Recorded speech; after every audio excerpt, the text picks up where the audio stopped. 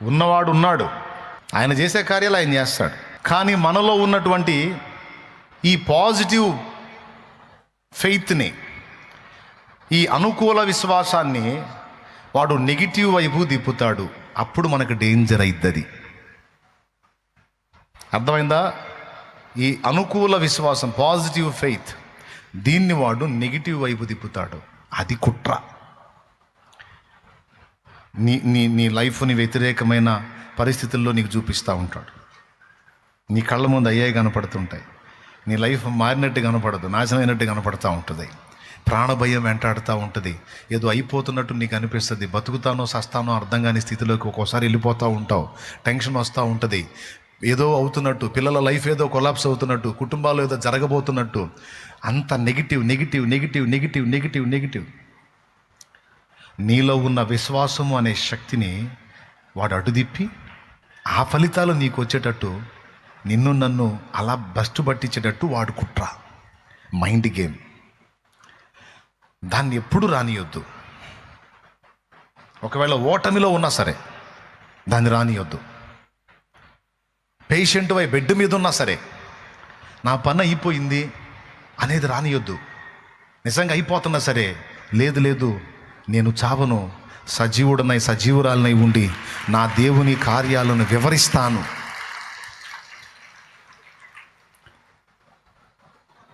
సైతానుగాడి ఆలోచనలకు రివర్స్ ఆలోచనలు, రివర్స్ మాటలే నువ్వు మాట్లాడాలి. గుర్తుపెట్టుకో, నీవు పలికినై జరుగుతాయి. దేవుడు కొంచెము ఉన్నాడా, అనంతుడా? పెద్దగా చెప్పండి. ఎంత ఉన్నాడు? చేతులు చూపిస్తున్నారు ఇంత అని. ఎంత? వినండి, అసలు ఉన్నదంతా ఆయనలోనే ఉంది. ఉన్నదంతా ఆయనలోనే ఉంది. అంతా తన యందు కలిగి ఉన్నవాడు దేవుడు. అయినా ఆ దేవుడి శక్తి, ఆయన అనంతుడు, ఆయన శక్తి ఎలాంటిది? అది కూడా అనంతమైంది. దేవుడు అనంతుడు, ఆయన శక్తి కూడా అనంతమైనది. అంత అనంతమైన శక్తి సంపన్నుడైనటువంటి దేవుణ్ణి భూమి మీద ఉన్న నువ్వు నీ విశ్వాసపు స్థితిని బట్టి పరిమితి చేయగలవని నీకు తెలుసా? అయిపోయింది. నేనేం చెప్పాను ఇప్పుడు చెప్పు నువ్వు. అంత ఈజీగా మీకు అర్థం కాలే, మీ సరుకు నాకు తెలుసు, మళ్ళీ చెబుతున్నాను. ఆయన అనంతుడు, ఆయన శక్తి అపారం. అనంతుడైన దేవుడు, అనంతమైన శక్తి కలిగిన దేవుడు. నీ విశ్వాసమును బట్టి ఆయనను నీవు పరిమితి చేయగలవని నీకు తెలుసా? పరిమితి చేయగలగటం అంటే నువ్వు దేవుణ్ణి ఎలా ఆలోచించుకుంటావో, నువ్వు దేవుణ్ణి ఏ పరిధిలో, ఏ పరిమితిలో విశ్వసిస్తావో ఆ పరిధిలో, ఆ పరిమితిలో మాత్రమే నీ కార్యం జరిగిద్ది. మళ్ళీ ఒకసారి చెప్తా. అనంతుడైన దేవుని నీ విశ్వాసము పరిమితి చేయగలదు. సింపుల్గా కుష్ఠరోగిని ముట్టి స్వస్థపరిచాడు. రక్తస్రావం గల స్త్రీ ఏమనుకుందో తెలుసా? ఆయన నన్ను ముట్టడం కాదు, నేను జస్ట్ ఆయన బాడీని కూడా కాదు, జస్ట్ ఆయన వస్త్రాన్ని ముడితే చాలు అని విశ్వసించింది. ఏం జరిగింది? ఆయన ముట్టిన కుష్ఠరోగి స్వస్థపడ్డాడు, ఆయన వస్త్రాన్ని ముట్టిన ఈమె స్వస్థపడింది. వీళ్ళిద్దరిని మించి శతాధిపతి అన్నాడు, ఒక మాట వదలవయ్యా, అట్లా ఒక మాట అనేసేయి, అయిపోయింది. అప్పుడు యేసయ్య ఏమన్నాడు తెలుసా? నీవు కోరినట్టే నీకు అగునుగాక అన్నాడు.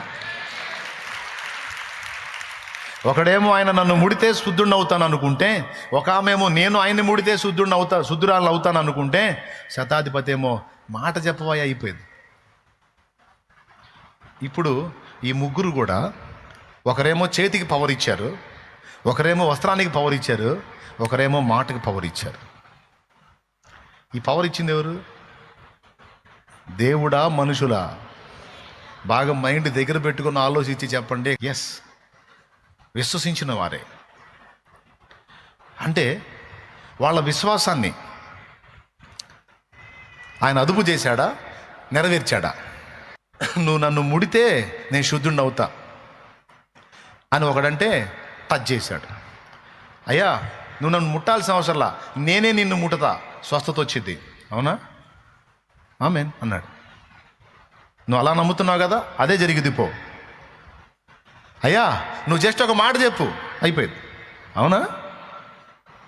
అలాగే అన్నాడు. కానీ నిద్రమోహోడా, మాట చెప్పేదారు సోదోడా, వస్తానంటే ఎవడు నువ్వు, ఇల్లు చెప్పి అడ్రస్ చెప్పి వస్తా అన్నాడా? అసలు ఈ పదాలే వాళ్ళ నా పిచ్చి తండ్రి. వారు ఏ పరిధిలో, ఏ పరిమితిలో విశ్వసించారో ఆ పరిధిలో కార్యాలు చేసుకుంటూ వచ్చాడు. ఇప్పుడు నీ విశ్వాసం దేవుణ్ణి పరిమితి చేస్తుంది చూడు. దేవుడు వాళ్ళని కంట్రోల్ చేయలే, వాళ్ళే దేవుణ్ణి పరిమితి చేశారు. చాలాసార్లు దేవుడు కోప్పడ్డది కూడా అదే. వెర్రి మొహమా, నేను మహానదిని, పట్టుకున్నోడికి పట్టుకున్నంత, నేను జీవనదిని, పొందుకున్నోడికి పొందుకున్నంత. ఇప్పుడు మన ఇంటికి పక్కగా పెద్ద నది పారుతుంది. అరంగుళం పైపు వేసాం అనుకో, అందులోకి అరంగుళం దారే, నది తప్ప, లేకపోతే నీ వేసిన పైపు తప్ప. అరంగుళం తెచ్చి వేసుకున్నావు. ఇక నువ్వు చూడు, బిందె దాని దగ్గర పెట్టావంటే సాయంత్రం బట్టి దాన్ని నిండేసరికి అరంగుళం ఇంత దారం వచ్చింది. ఏముందాడ? అంగుళం దార పైపు వేసావు అనుకో, వచ్చేస్తుంది. 4 అంగుళాలు పైపు వేసావు అనుకో, ఇంత దారం వచ్చింది. అడుగు పైపు వేసావు అనుకో, నది నుంచి 4 అడుగులు పైపు వేసావు అనుకో, నువ్వు ఈత కూడా కొట్టవచ్చు, కొట్టుకుపోవచ్చు.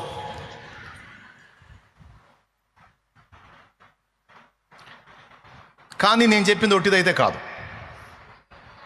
అస్సలు కాదు. ఏ పరిధిలో నువ్వు దేవుని విశ్వసిస్తావో, ఏ పరిధికి ఆయన్ని నువ్వు కట్టడి చేస్తావో అంతవరకే నీకు వచ్చింది. దేవుడు రెడీ, నా దగ్గర సమస్తము ఉంది, పొందుకున్నోడికి పొందుకున్నంత.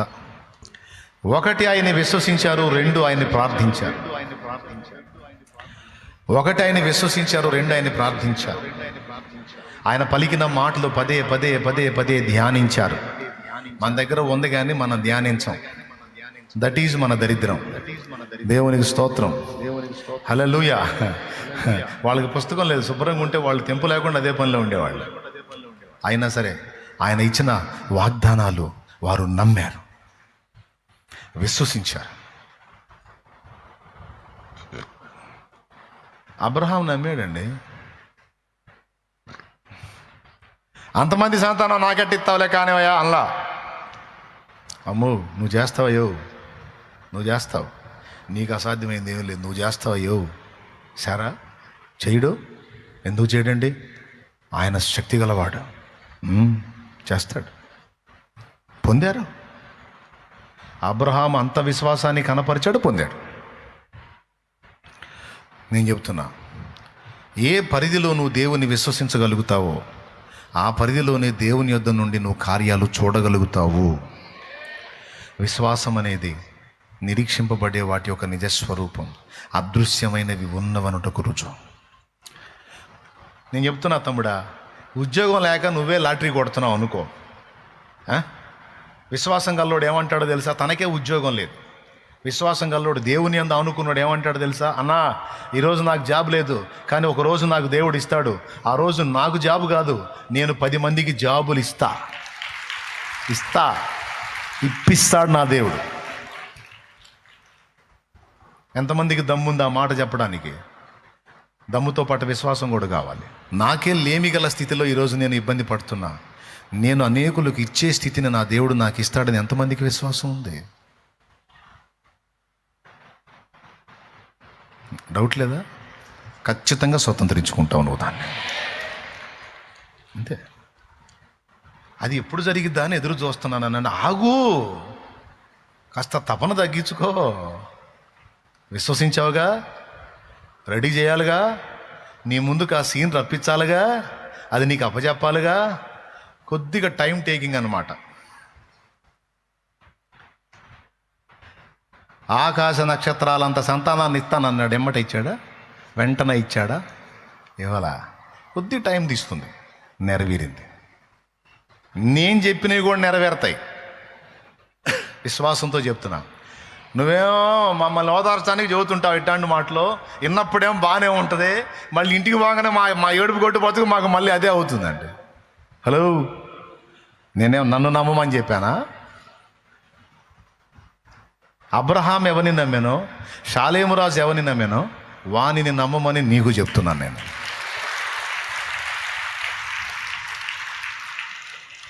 కానీ గుర్తుపెట్టుకో, ఒకనాటికి నువ్వే రాకపోతే అప్పుడు అడుగు, వస్తావు. అవి భౌతికమైనవైనా, మానసికమైన మానస సంబంధమైనవైనా, ఆత్మ సంబంధమైనవైనా నా తండ్రి నీకు ఆ కృపనిస్తాడంతే. చూడు, నీ చేతులలో విశ్వాస నేత్రాలతో చూడు, దేవుడు అనుగ్రహించిన బిడ్డను చూడు. విశ్వాసంతో స్తుతించు. కుటుంబం పతనమైపోయిన పరిస్థితిలో ఉన్నావా? విశ్వాస నేత్రాలతో చూడు.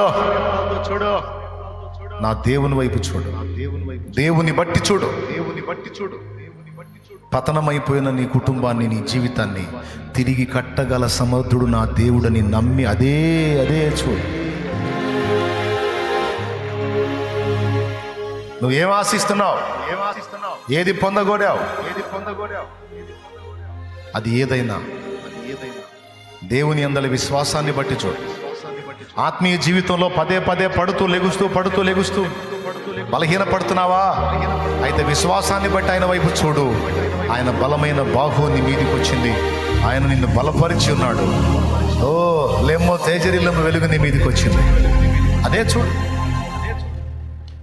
నా దేవుడు ఖచ్చితంగా నీ విశ్వాసాన్ని సిగ్గుపరచక దాని పరిధిలో తప్పకుండా జరిగిస్తాడు.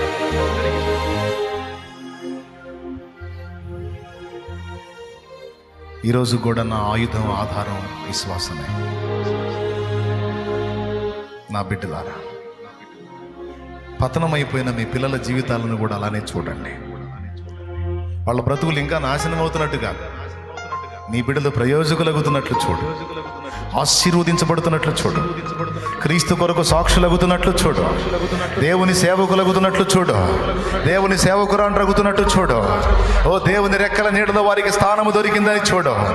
వారు గొప్ప విజయాలు సాధించారని చూడు. వారు ఆశీర్వాదకరంగా ఉన్నారని చూడు. వారికి మంచి భవిష్యత్తు లభించిందని చూడు.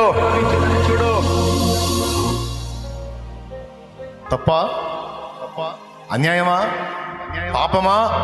కానే కాదు. విశ్వాసం.